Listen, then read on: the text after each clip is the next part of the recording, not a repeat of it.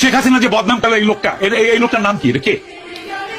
উনি একজন শিক্ষক। তাহলে আমার মনে হয় শিক্ষক, আমি শিক্ষকদের শিক্ষক। ওকে, আমি বলছি এখন পদ্মা সেতু rail line, metro rail, elevated expressway, third terminal, Hatirjheel প্রকল্প, পূর্বাচল 300 ফিট, উড়াল সেতু নির্মাণ, বঙ্গবন্ধু যমুনা সেতু, যমুনা রেল সেতু, সমুদ্র সীমা বিজয়, বঙ্গবন্ধু স্যাটেলাইট, রূপপুর পারমাণবিক বিদ্যুৎ কেন্দ্র, Karnaphuli tunnel, Cox's Bazar rail line, Cox's Bazar আন্তর্জাতিক বিমানবন্দর, ঢাকা ও চট্টগ্রাম এক্সপ্রেসওয়ে, দায়রা বিদ্যুৎ কেন্দ্র, রামপাল বিদ্যুৎ কেন্দ্র, মাথারবাড়ি তাপ বিদ্যুৎ কেন্দ্র, 119টি বিদ্যুৎ কেন্দ্র স্থাপন, পায়রা সমুদ্র বন্দর, 100টি ইকোনমিক জোন, 560টি মডেল মসজিদ, 1681টি মাদ্রাসা ভবন নির্মাণ, কওমি মাদ্রাসার স্বীকৃতি, উন্নয়নশীল দেশের উন্নতিকরণ, রোহিঙ্গাদের আশ্রয় দান, সমস্ত দেশকে রেলওয়ের আওতায় আনার উদ্যোগ, ফ্লাইওভার নির্মাণ, মহাসড়কগুলোকে 4, 6 ও 8 লাইনে উন্নীত করা, এশিয়া হাইওয়ে রোড প্রকল্প, ঘরে ঘরে বিদ্যুৎ, ফ্লাইওভার, নদী ভাঙ্গন রোধ, শ্রমিকের মজুর বৃদ্ধি, বয়স্ক ভাতা, মাতৃত্বকালীন ভাতা, বিধবা ভাতা, মুক্তিযোদ্ধা ভাতা, শিক্ষা ভাতা, প্রতিদ্বন্দ্বী ভাতা, স্বামী পরিত্যক্তদের ভাতা, জেলেদের খাদ্য সহায়তা, ইমামদের ভাতা, বাসস্থান, বৈশাখী ভাতা, ডিজি কার্ড, আরো অজস্র।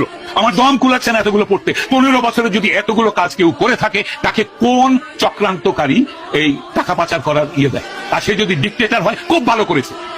বাংলাদেশের গত 10 মাসে প্রমাণিত যে বাংলাদেশের ডিক্টেটরশিপ না থাকলে যে কোনো মানুষ যে কোনো মানুষকে মব লিঞ্চিং করবে, ধর্মের নামে করবে, হিন্দু বলে করবে, কপালে টিপ পরেছে বলে করবে, মাথায় হেজাব দেয়নি বলে করবে, মাথায় টুপি পরেনি বলে করবে, মাথায় জটা থাকলে করবে, মাজারে বসে ফকির হলে তাকে মারবে। মেরেছে, হাজার হাজার মানুষ মেরেছে এরা। ডিক্টেটরশিপ ছাড়া এটা কোনোদিনও কন্ট্রোল সম্ভব নয়। খুব ভালো করেছেন আওয়ামী লীগ শেখ হাসিনার ডিক্টেটরশিপ করে। তার উচিত ছিল আরো ডিক্টেটরশিপ করে এগুলোকে দমন করা। এইটাই আমি মনে করি।